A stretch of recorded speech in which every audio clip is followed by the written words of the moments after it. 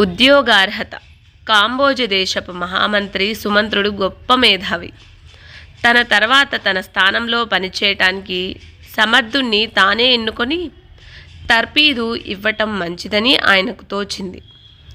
ఆయన ఉద్యోగ శిక్షణకు అభ్యర్థులు కావాలని చాటింపు వేయించి తన కార్యాలయం తాత్కాలికంగా నగరానికి యోజనం దూరంలో ఒక డేరాలో ఏర్పాటు చేశాడు. అక్కడ ఆయన చూడటానికి చాలామంది యువకులు వచ్చారు. ఆ యువకులలో సుమంత్రుడు వారిలో ఇద్దరిని ఎన్నుకున్నాడు.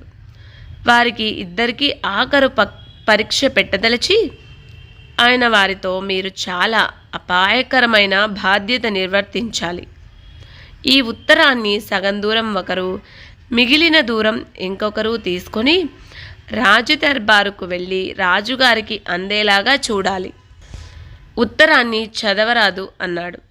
ధర్మదత్తుడు, సుమిత్రుడు ఉత్తరంతో బయలుదేరారు.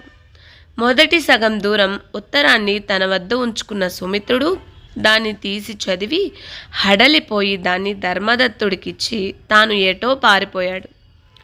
ధర్మదత్తుడు రాజ్యసభ చేరి ఉత్తరాన్ని ఆస్థాన విదూషకుడికి ఇచ్చి రాజుగారికి అందజేశాడు.